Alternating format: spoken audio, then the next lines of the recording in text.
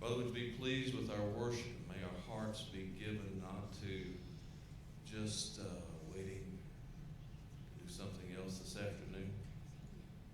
God, help our hearts be eager to meet with you, eager to listen to the scriptures and apply them to our lives. Amen. You may be seated. Would our ushers come this morning for the offering?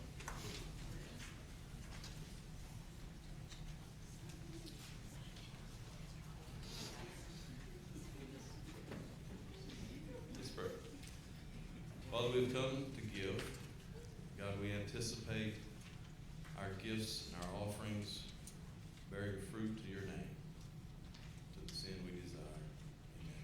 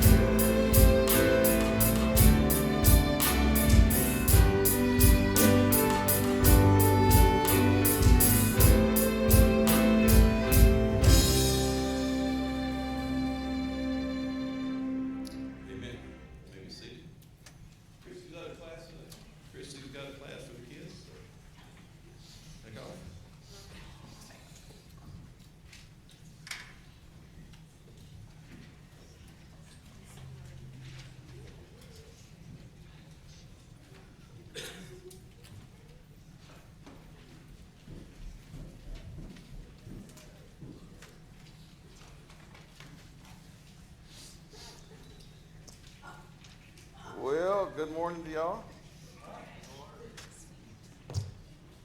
We still in the book of Daniel?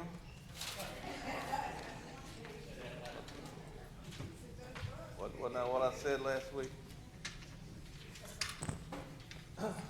Book of Luke, chapter 6. Got this morning and 2 more Sundays, and we'll be through with chapter 6, looks like. So, we're going to be looking at verses 27 through 36. I've entitled the message this morning, Practicing the Golden Rule. I take it everyone has heard of the Golden Rule. Anybody not heard of the Golden Rule? Wouldn't admit it if you had, would you? All right. Please tell him what the Golden Rule. Okay, verses 27 through 36. And I will kind of read the text as we go through it rather than reading it all at one trip here. So begin reading. It says, "But I say to you who hear." Let's stop right there just a second. Who is it that hears? Everyone has ears, right? Not physically even, but we know what we're saying there. By nature, things are right. Everyone can hear. I don't think that's really what he's talking about here. He says other places, Jesus does in the New Testament and the book of Revelation, I believe, primarily, he who has ears to hear, let him hear. That's a little different idea than just physically hearing. It's he who has a disposition to hear. He who is inclined to hear. That's really who he seems to be talking to. But I say to you who hear. What is it about a person that keeps them from hearing spiritually?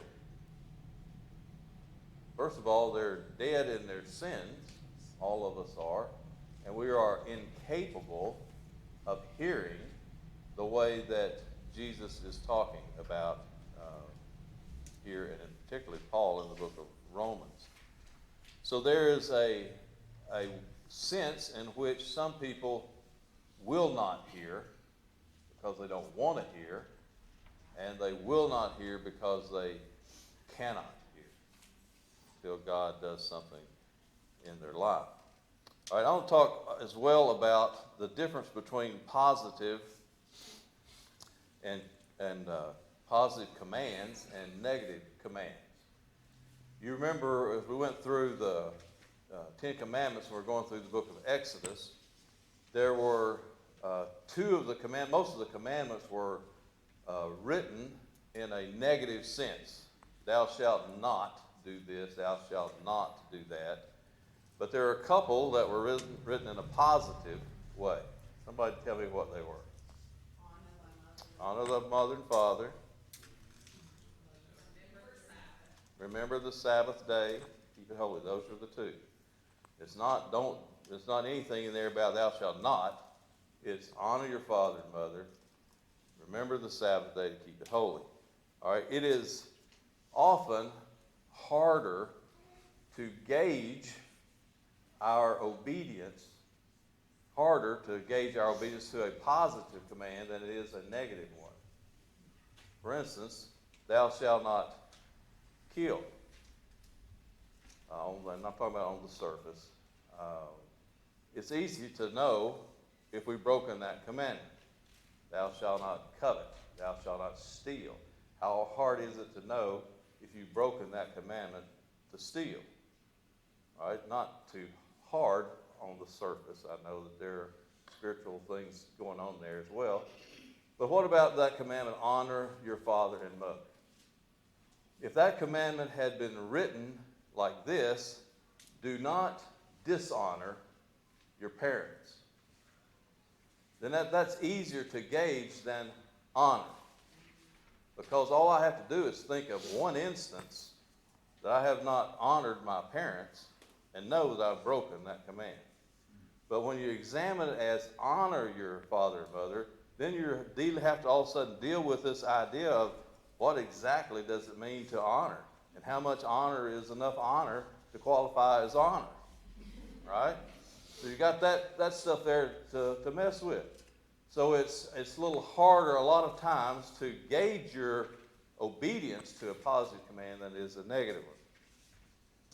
But also, negative commands are often easier to keep than positive. So we're going to look at a phrase this morning where it says in verse 28, bless those who curse you. All right. What if that had said, do not curse those who curse you? You think you could handle that? I could handle that a lot easier than I can bless those who curse me. All right. One is telling you not to do something that I'm perhaps not inclined to do anyway, at least outwardly. But the other is a positive thing that I've got to take action to do something that I really don't want to do. Okay, it's a lot easier not to do something that I ought not to do, and then not too hard to not do it anyway, than it is to do something that I just desperately don't want to do. So there's this thing here of differences between the positive and the negatives. Now, number one on the outline is talking about parallel commands. We've talked about this before, and I don't know that these are intended to be parallel ideas, but I think they are. I haven't seen many people who talked about that in these verses.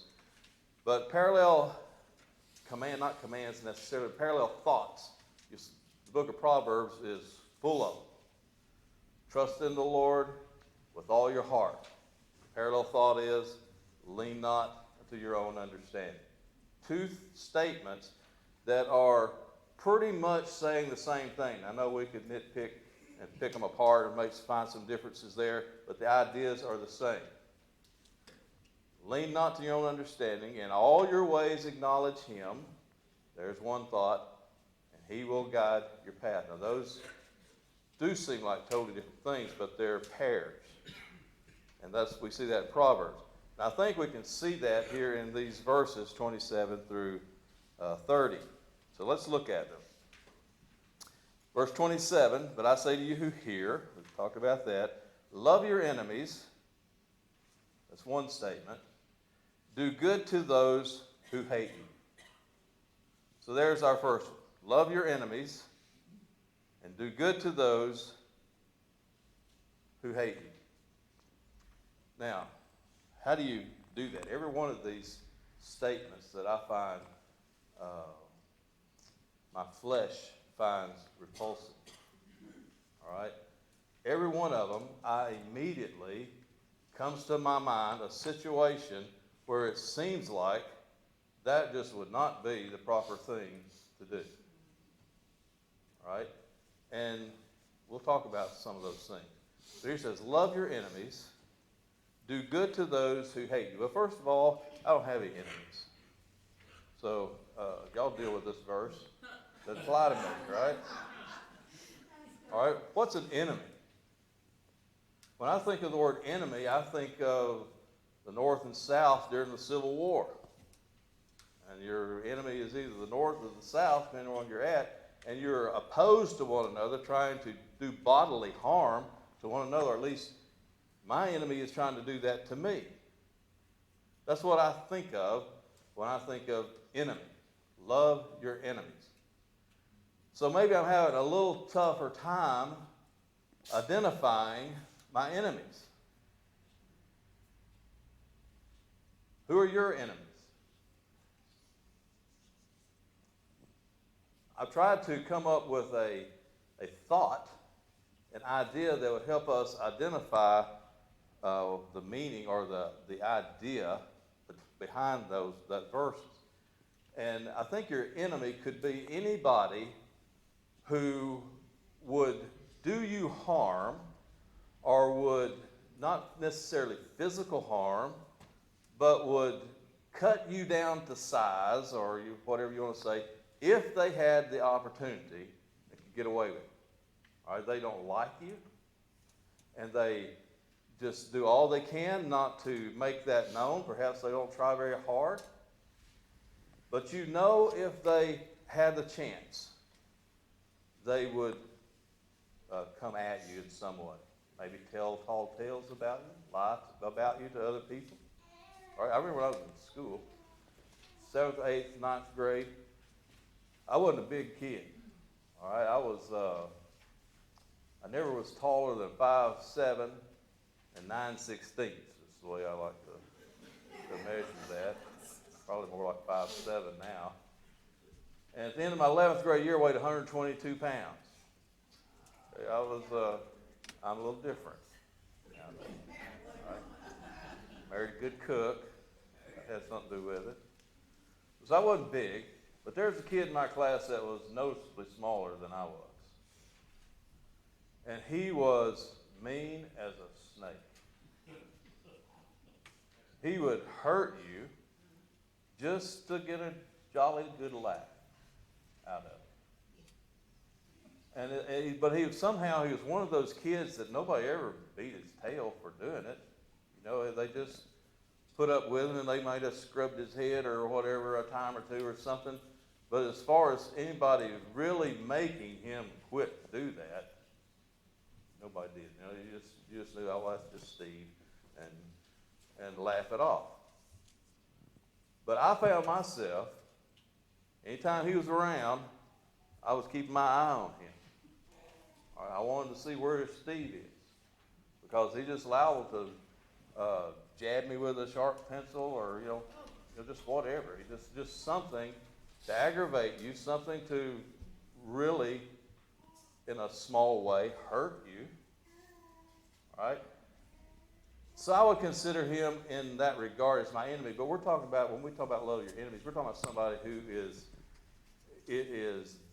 they're not just trying to get a laugh. They're trying to harm you. They're trying to destroy you. All right? Love your enemies. Do good to those who hate you. So how do you apply that? How do you do good? If you've got neighbors that they just don't like you, you know they don't like you, as far as you know you haven't done anything to them, how do you do good to those people?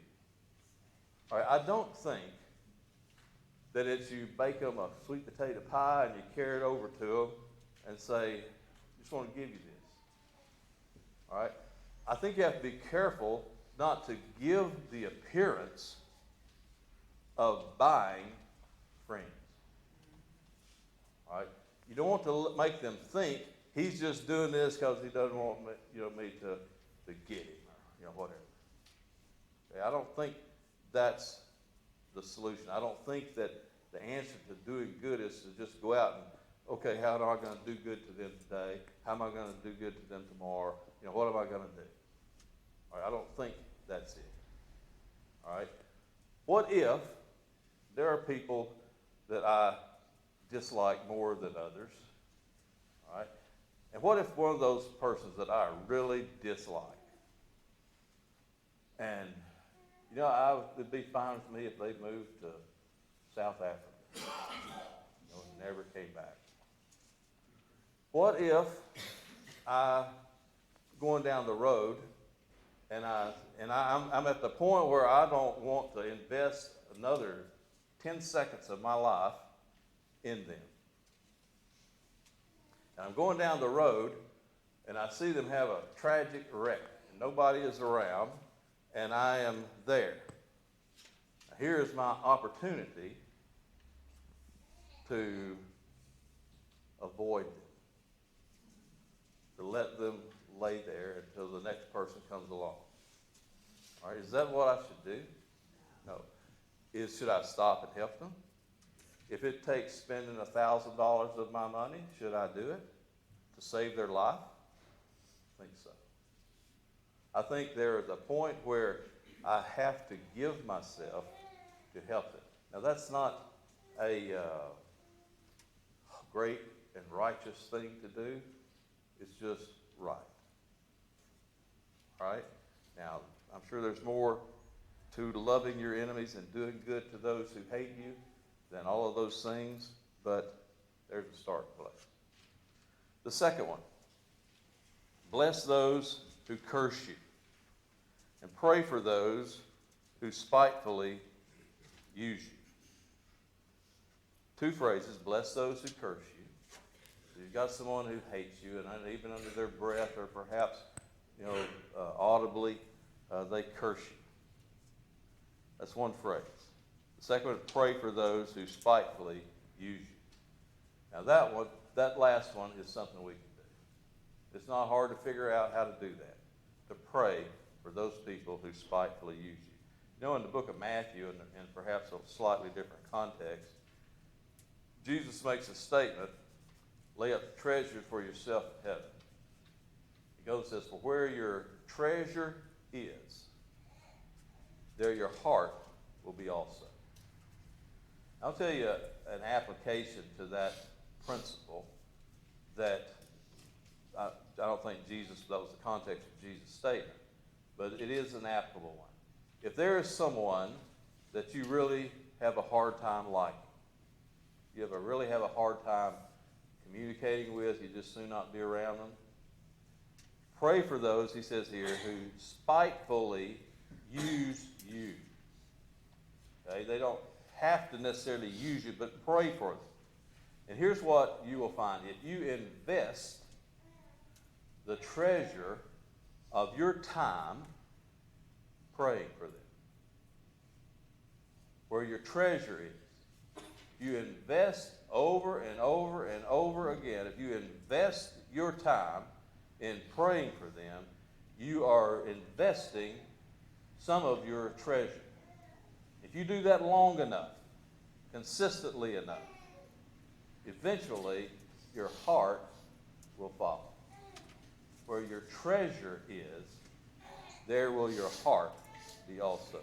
You may start out not loving that person very much at all, but there will come a point where you will care more for them than you previously did, because you have invested yourself in them. Verse 29.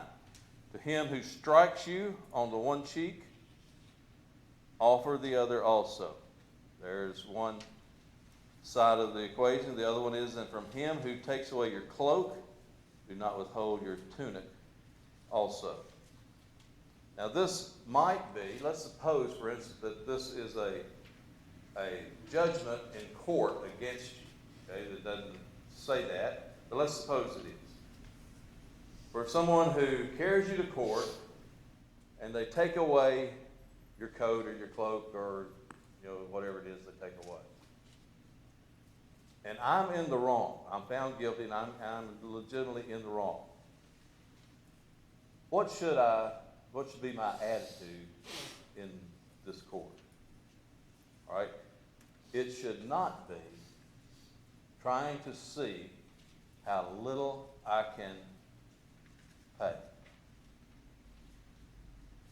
My attitude should be to see it with all within my power, to see that this person is legitimately satisfied that I have made restitution. All right? When you wrong someone and it costs them, and then you're supposed to make it right, and you fight like dogs to avoid paying any more than you have to, that doesn't look like you're sorry, does it? It looks like you're only doing what you have to do. Now, I know in our day that's that's out of your hands, perhaps in some instances, because your car is insured, you hit somebody, they're trying to sue you for $50 million, and it's not you that has a lot of control over that, it's your insurance company that are fighting another insurance company to fight that person. So there are things that complicate that idea. But the idea is to be quick and eager and committed to making things right. Now, what if I told you, I imagine all these scenarios. What I look at or think of when I read this verse is, first of all, I'm glad I only have two cheeks. All right? But what I think of is someone who is intentionally trying to take what I've got right in my face. And they are lying and stealing and cheating and whatever it is to do to get something from me that they don't deserve, that they shouldn't have. And what am I supposed to do? Just let them have it and turn the cheek and say, hey, take the rest of my money too, if you want it. Is that what this is talking about? I hope not. All right, I hope not. All right, I think there's more to that than that right there. Years ago, there was a man. In fact, y'all know Kathy Webb, who teaches the kids here. It's her daddy, Dale Ramsey. And he had a little country store right up the road. Had it for years. And back then, a lot of these little country stores would have accounts.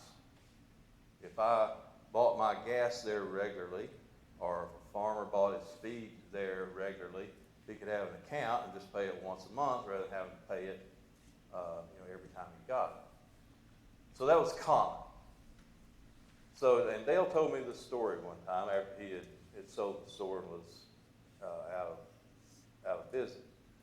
He said, one of the oddest things about people is, he said, I had accounts at the store and people would owe me money and they would, be going to pay it at the end of the month.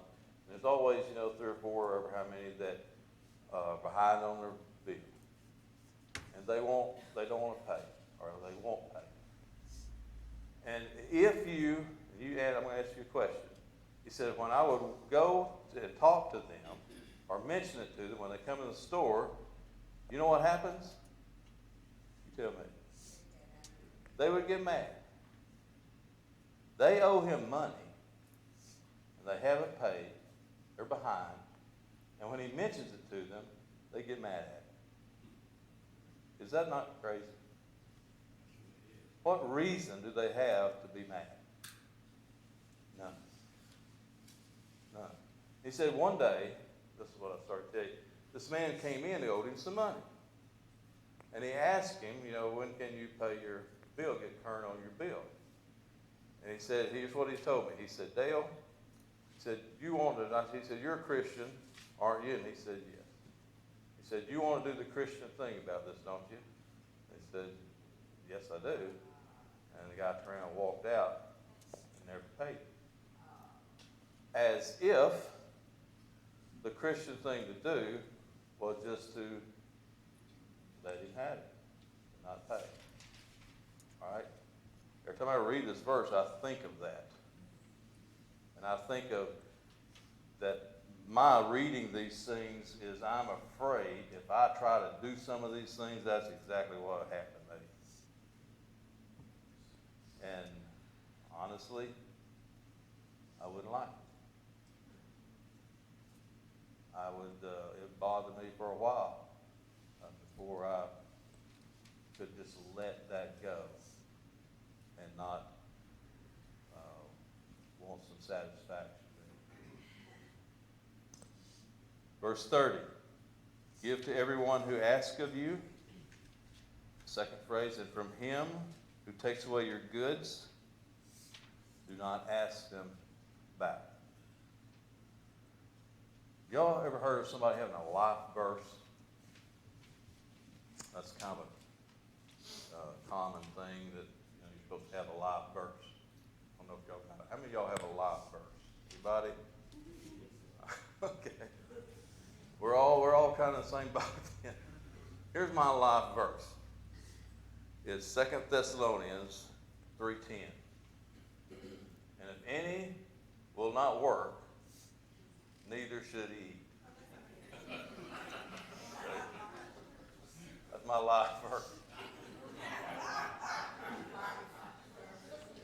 All right?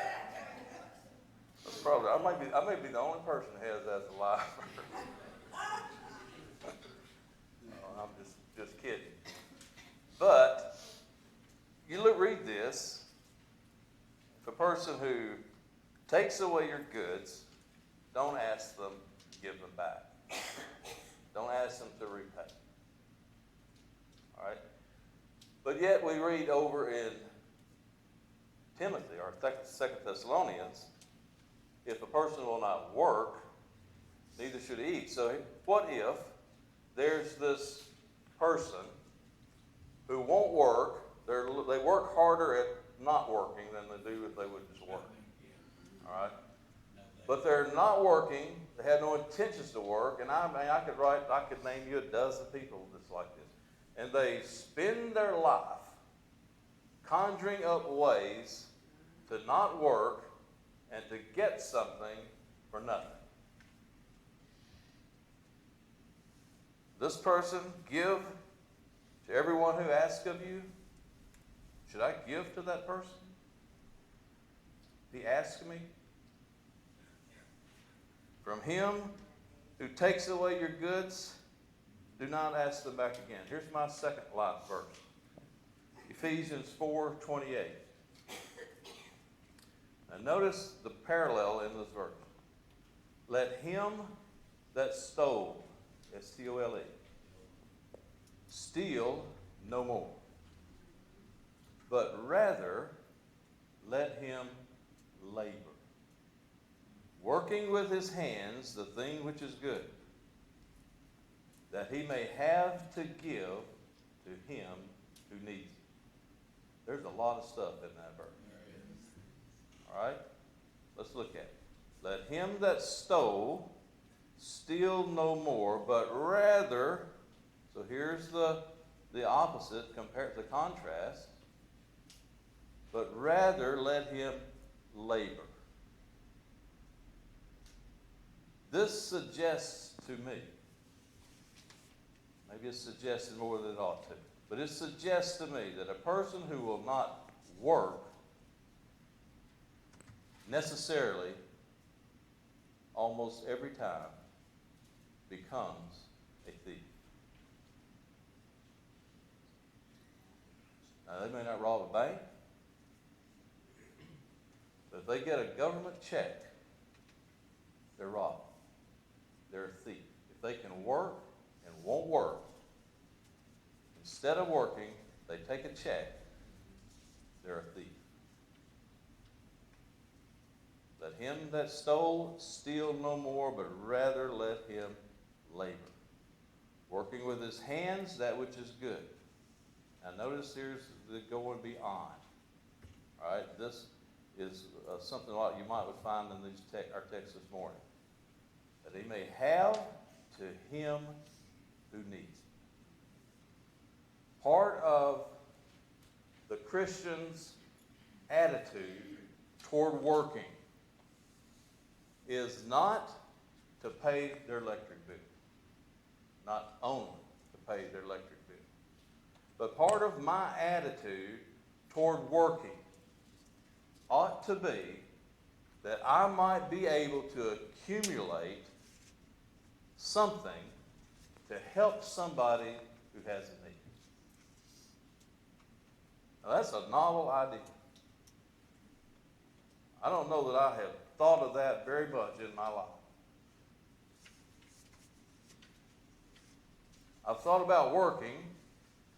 I'm committed to that concept of working. I'm committed to the concept of getting paid.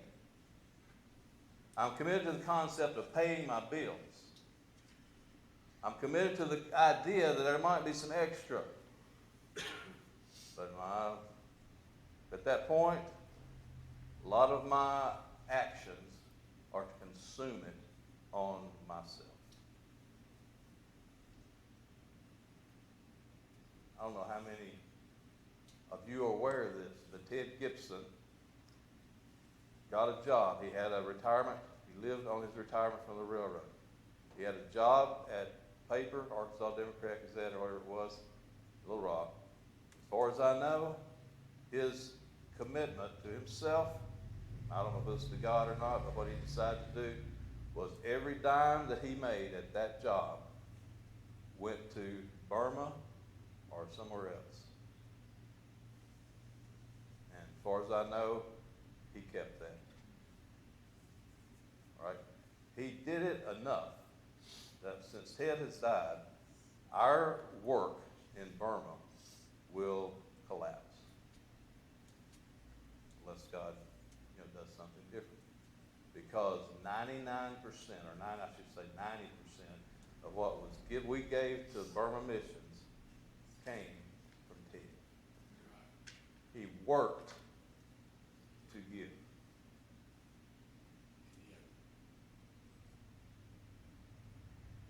I'm a long way from that.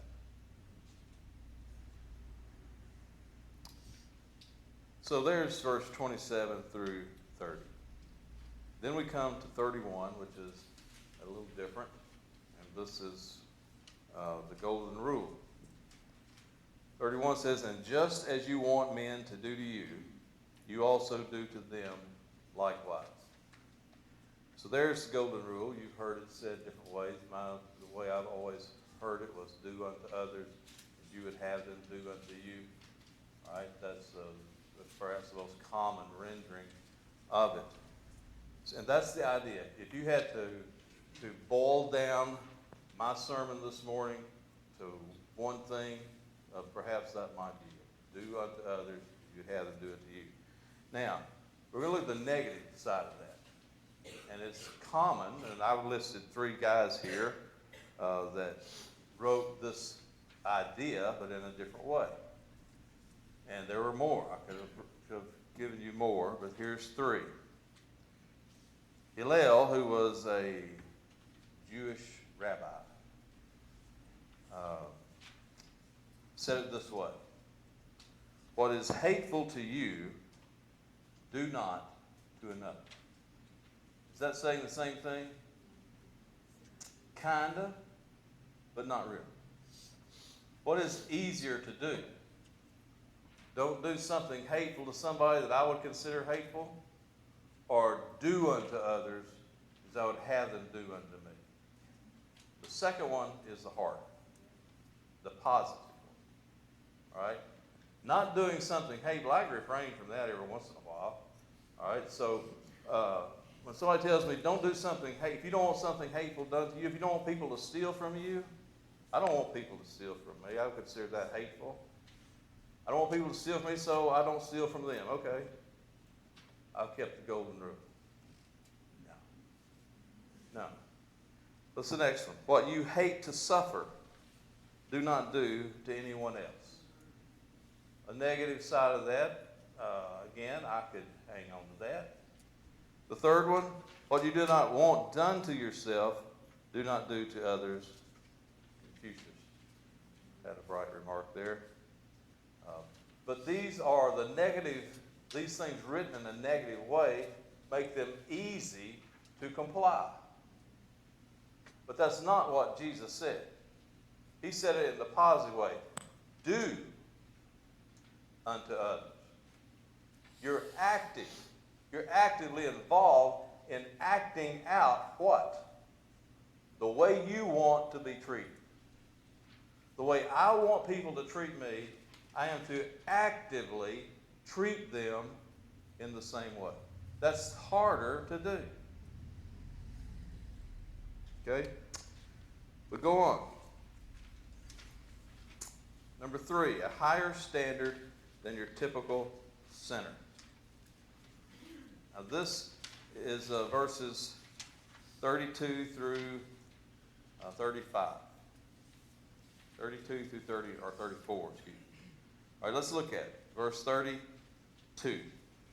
But if you love those who love you, what credit is that to you? For even sinners love those who love them. Now here he's appealing to us to be reasonable about this, just to think for a minute about this. If I only love people who love me, he asks the question, what credit is that to me? What's the answer? None. No credit there. If I only love people who love me, there's no credit to that.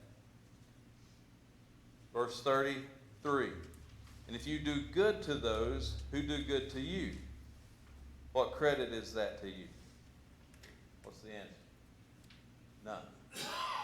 No credit. If I do good, only to those people who do good to me, there's nothing great and glorious about that. You shouldn't pat me on the back. You should say what a wonderful guy he is. Sinners do the same thing. Obviously, I'm a sinner too. But he's talking about people who have no intentions and no claim to follow Jesus Christ. They can do that. Verse 34, and if you lend to those from whom you hope to receive back, what credit is that to you? If someone comes to you wanting to borrow money, and the only person you will, you say, okay, he's wanting to borrow money. What are you immediately thinking? Is he going to pay me back? Will he be able to pay me back? And if my decision to let him borrow money is dependent upon whether or not he will pay me back, Jesus asked the question, what credit is that to you? Anticipating, same answer, none. Now let's think just a minute. Let's suppose that I need some money. Whatever, something's happened, whatever it is, and I'm broke. Susan bought a bunch of lottery tickets. We'll say that. Maybe she won't listen to the sermon. And we're broke. And I come to you and I say, I need to borrow some money. I need to borrow $1,000. And you say, okay, let's talk about this and think about it. When could you pay me back? And you get out your pencil and pad and you say, how much money are you making? And what are your obligations, to spend your money on? And you start asking me these questions. What's going to happen within me? I'll tell you what's going to happen. I'm going to get mad. I'm going to get mad because you asked me these questions to see if I could legitimately pay you back. Is that right? All right, if your child comes to you, grown child, wanting to borrow money, and you start quizzing a little bit, I guarantee you most of the time that's what's going to happen. Or your neighbor, or your friend, or whoever. People are going to get mad at you. Why is that? If I went to the bank, are they going to ask me those questions? Absolutely they're going to ask me those questions. So why shouldn't I expect that out of somebody else? Anybody else that I go to borrow money from. Right? He says if you lend to those whom you hope to receive back. Now you could read that as in just the principle. You receive your original loan back. The Bible doesn't condemn, contrary to what some people think, just interest. What the Bible condemns is excess usury. All right? Credit cards are an example of that. You have a credit card, and I can go to the bank and borrow money at whatever, 4%, 3%, and I can put stuff on a credit card and not pay it back and pay it off, and it's 15%, 25%, whatever it may be. All right? Now, that in itself may not be, you're not comparing apples to apples, perhaps, because they have a higher risk of default than the bank would. I understand that. When I was freshly married, Susan lived at Wynn for 9 months or something like that.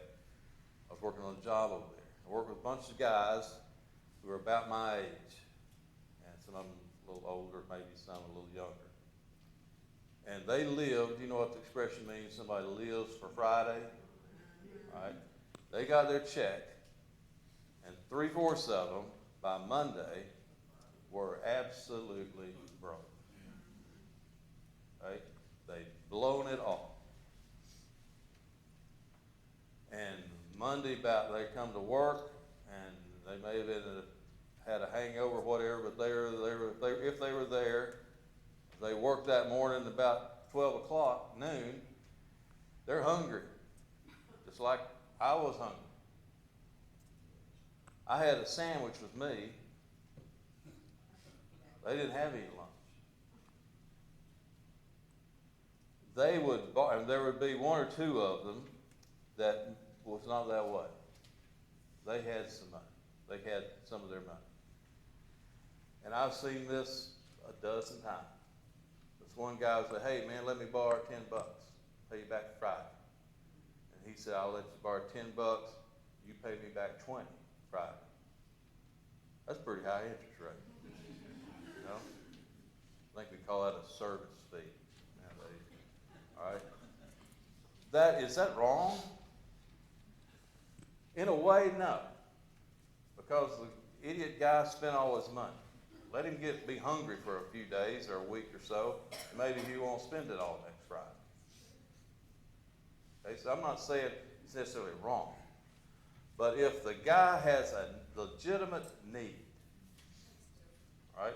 If his child has a broke arm or whatever, and he needs to go to the doctor, and he has to have $10 or $50 or whatever, is it wrong for me to say give him the $50 and expect him a week later to pay me back $100?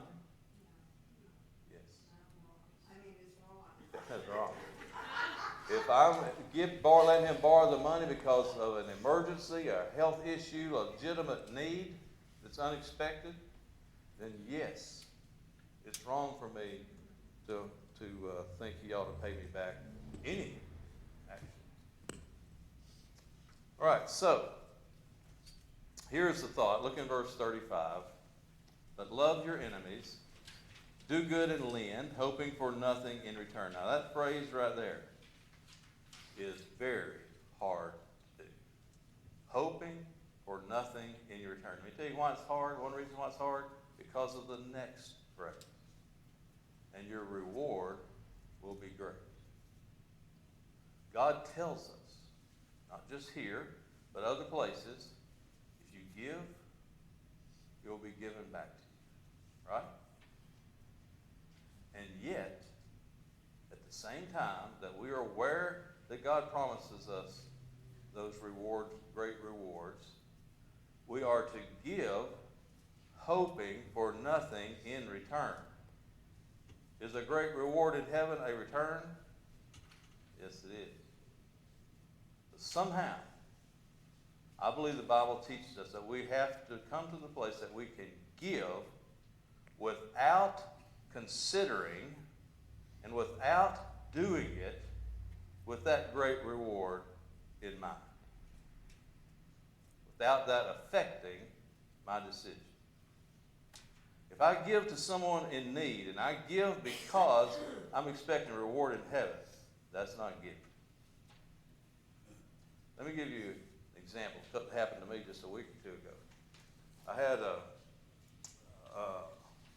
my John Deere tractor.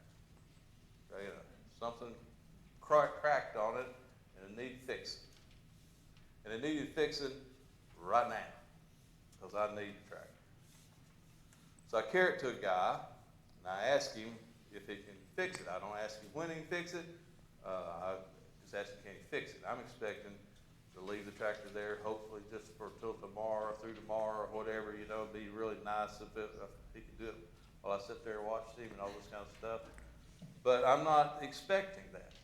He said, yeah, bring it on down. So I carry it down, he looks at it, and he says, leave it with me. And I said, and I did ask him, I said, when do you think you'll have it, a day or two or whatever? He said, come back at 2 o'clock. It's like 10 o'clock in the morning. So that sounds awfully good to me. And I'd already begun to think in my mind, what's this going to cost? And I didn't know, but I figured that it probably was going to be $100 or more. If it had been $200, I would have gladly paid it. I had to have the tractor. I might have thought, that's a little steep, but I had to have the tractor. I come back at 2 or 3 o'clock and it's ready to go. I asked him how much I owed him. He said $40. And I'm sure I smiled. I gave him a $100 bill and I said, keep it. Keep the rest of it. It's well worth that to me. Now, I'm not telling you that to pat myself on the back, to make you think, boy, he's a big tipper or anything like that. Here's why. Why did I give him the $100 instead of $40? Because I was grateful that he got to it quick, that he was able to do it when I wanted it. Okay? So if I give just to somebody who can get it done in 3 or 4 hours, what credit is that to me? Maybe something. Okay? 2.5 times what he charged me is a little bit. But there's another reason I gave him $100, not $40. It's because I'm anticipating that the next time I go down there with a problem, he'll have the tendency to get to it pretty quick. Right? So what am I doing? I'm prepaying for a favor. Everybody follow that? All right. Now that's not just totally bad and all that kind of stuff, but my motives were not quite as pure as I could lead you to think. Right? Hoping for nothing in return. Hoping for nothing in return. You know what that means? It means hoping for nothing in return. Nothing. That is hard to do. It is hard to do anything for anybody without some thought in your mind as what am I going to get out of this?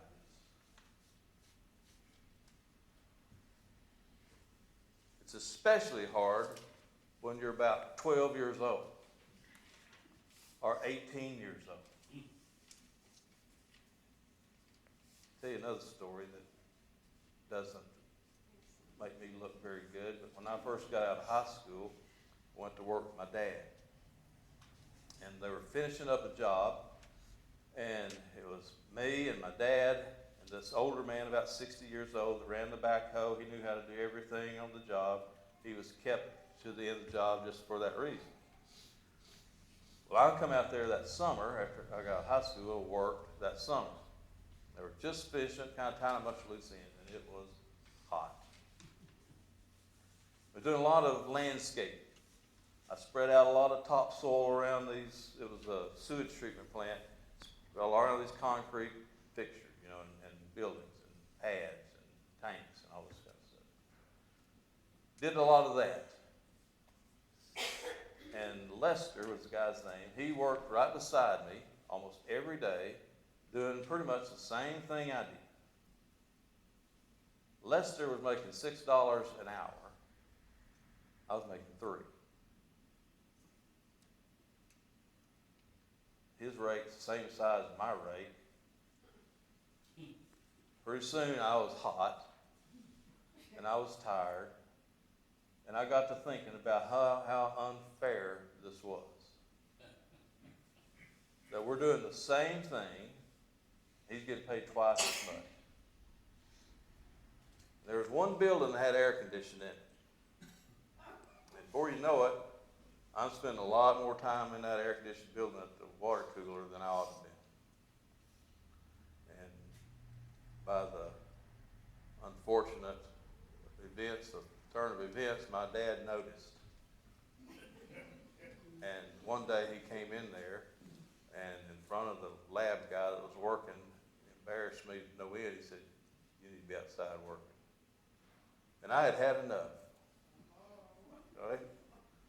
I said, why do I have to get $3 an hour and he gets 6? We're doing the exact same thing. Now, here's not what he said. He could have told me a very legitimate reason why that was the case.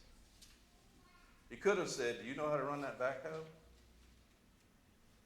He could have said, do you know how to do this or do that Lester knows how to do? And when it comes time to do that, he's going to be the one doing it, not you. He could have said that and had a very good point. But he didn't. He said this: you're not getting paid for what Lester does. Now get out there, go moving that dirt. You know, what he was saying was, it doesn't matter what Lester's making. Lester might be making $1,000 an hour, but you came here agreeing to get $3 an hour. It's immaterial what anybody else is making. If you're getting paid what you were told you would get paid, you have no gripe about anybody else.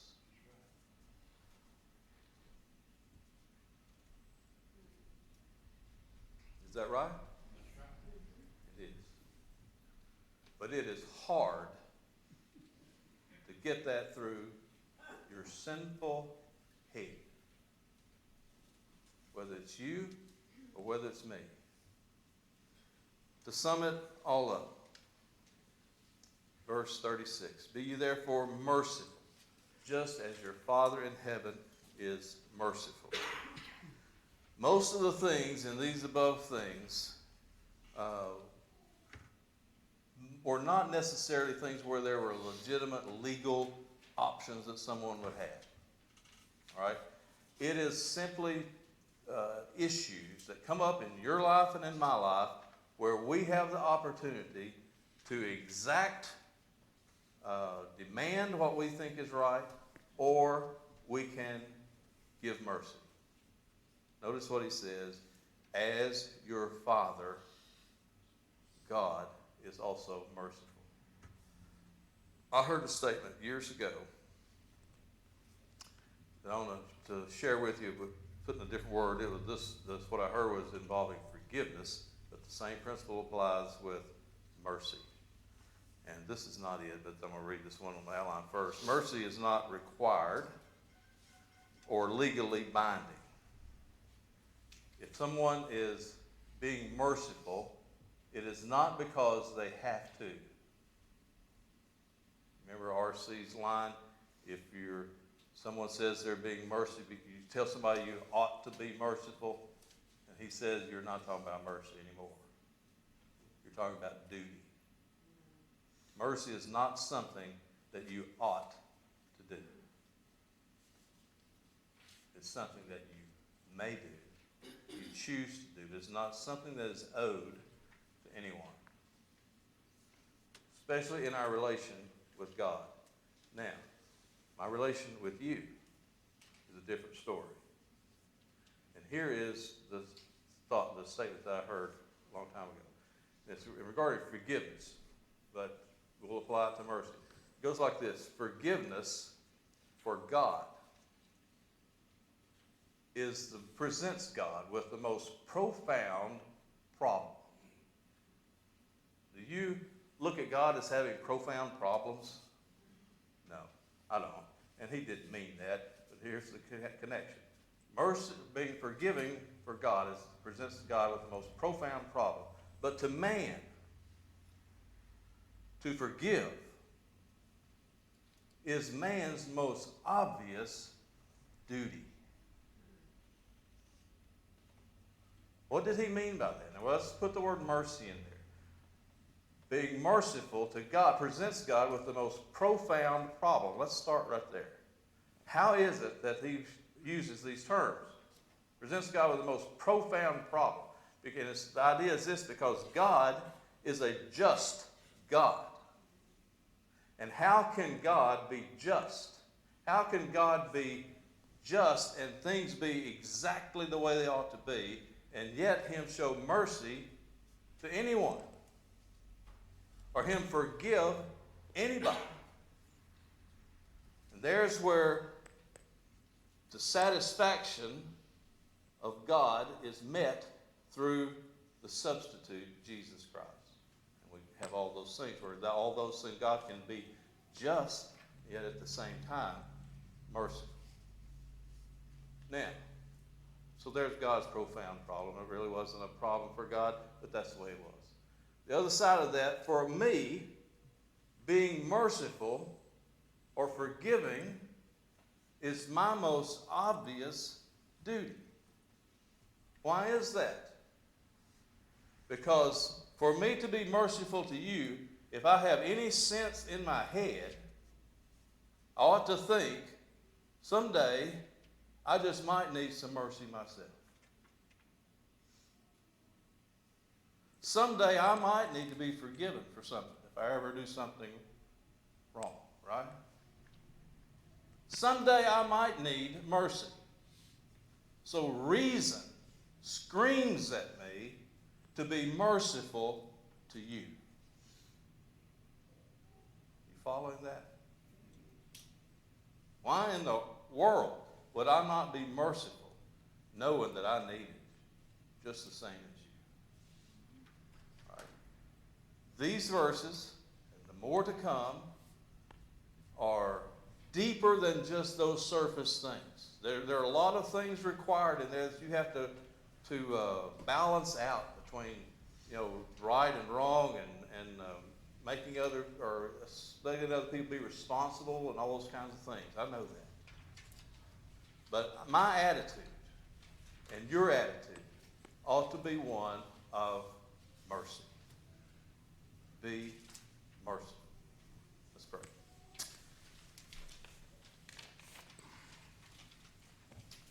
God, you know my heart, you know the thoughts that I have, evil thoughts, selfish thoughts.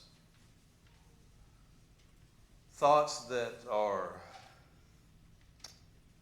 seems like compels me to make sure justice is served.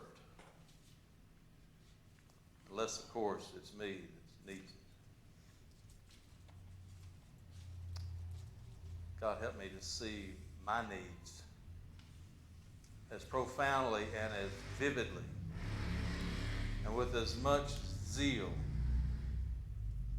as I see others.